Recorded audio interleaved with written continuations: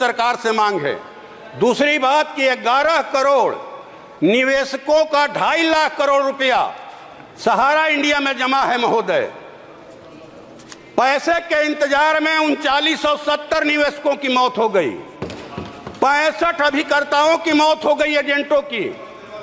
ये पैसा गरीबों का पैसा है, देश के मध्य वर्ग का पैसा है, जिन्होंने अपने बहन बेटियों की शादी के लिए, बाल बच्चों की पढ़ाई के लिए, अपने संकट के दिनों के लिए वो पैसा जमा किया था और ये पैसा नहीं देना चाहते हैं।